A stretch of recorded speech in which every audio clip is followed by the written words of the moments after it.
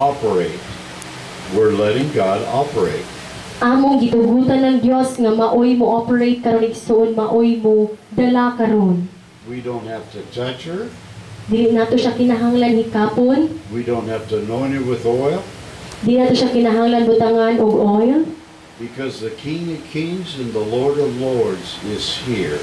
kay ang hari sa tanang hari o Ginoo sa tanang Ginoo nagahikap niya karon. Do you see what happened to the catcher?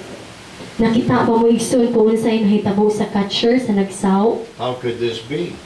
Ug nganong nahitabo man na? You see, the anointing is so strong around her Nakita ba mo igsoon, nakabati ba mo sa anointing o sa tihog na kusog kaayo nagalihok diha niya? she's frozen to spirit, Siya igsoon na frozen diha sa spirit. and the anointing was so great that it went to the catcher. O ang anointing igsoon purting kusuga nga naabot ngadto sa tigsaw. And now the anointing is going to the lady in back of her. O ang anointing karon igsoon mo abot sa babay nga naa sa iyahang likod. Somebody has to stand at back of her. Indugi sa O likod. naay usa nga kinahanglan mo barol at ubangan anang babay. Because the glory of God is coming on her Indugi now. dali. Kay ang himaya sa Dios mo abot kaniya diha igsoon. You see, the anointing is increasing around them. Tan-awa ang anointing ang dihog igsuon nga nagkakusog nagapanihog diha nila. The glory of God. Ang himaya sa Dios. You see what's happening? Tan-awa igsuon kung unsay nahitabo. It's the glory. Mauna ang himaya sa It's Dios. His presence. Mauna ang presensya sa It's Dios. His anointing. Mauna ang dihog sa Dios. And I believe the lady that we're praying for Ug nagatuo siya igsuon nga kanang babay nga atong giampuan karon is being healed. naayo na. Hallelujah. Hallelujah, Jesus. Arabasia, rabasia, rabasia, rabasia. You. Come. Come. Stand here. Ari-ari. Stand here. Translate day. Right there. Why am I calling her out? Nganong nagatawag man ko ninyo karon? Because the Lord let me see her tonight.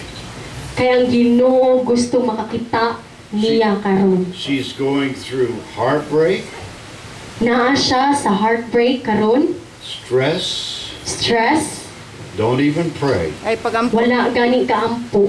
Ay Relax. Relax. The enemy spoke to your mind, Ang yawa nakigstorya kanimo sa imong panghunahuna karon.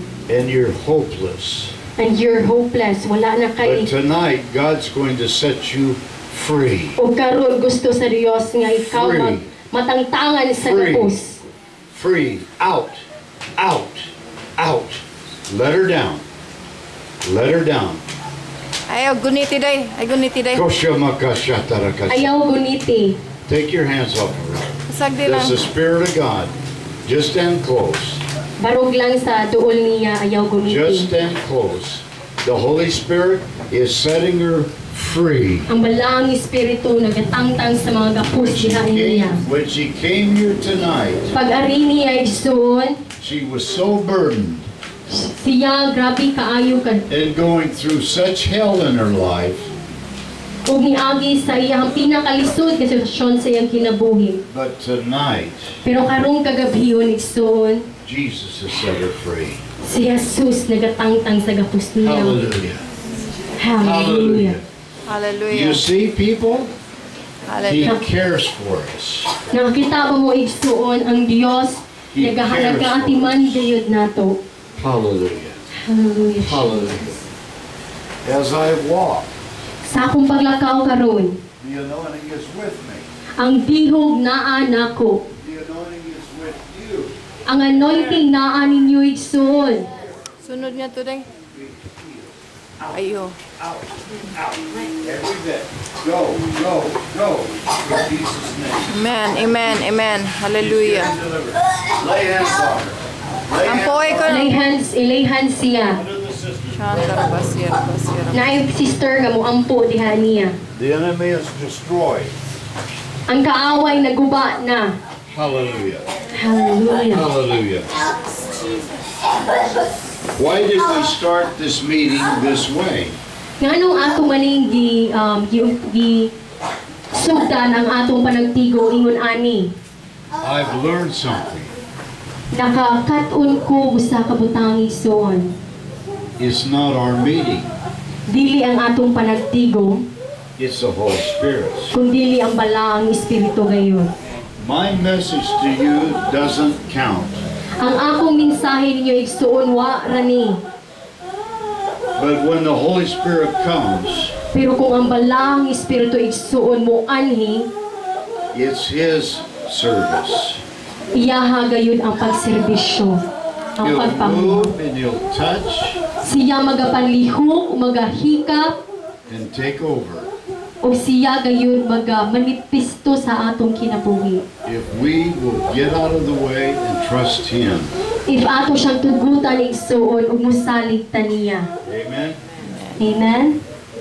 Listen to this in 1 Corinthians Paminaw mo igsoon diha sa una Korinto, chapter 4:7. versikulo 4, chapter 4, versikulo 7. Yeah. Amen? She's getting set free. Siya igsoon nahigawas na. It's wonderful. Nindot kayo igsoon ang gibuhat sa Dios. And Pastor Moching, if Pastor you Moching. interview the lady about her problem in her ears, if you could please. Ang Check her ears ipa-check kuno pastor ang babae katong naay ear problem. and see what God has done for her already. Ug tan-awa ko unsay nabuhat sa Dios diha niya. Verse 7. Verse 7, versikulo 7. But we have a treasure in earthen vessels. But we have a treasure. Just follow me. But we have a treasure in earthen vessels. Pero naatay mga ganti or naatay mga treasures dinhi sa atong panudlanan. Within you and me lives the Holy Spirit. Gasa. Diha ninyo igsoon nako nagapuyo ang balaang espiritu. He is the treasure. Siya gayon ang treasure o gasa.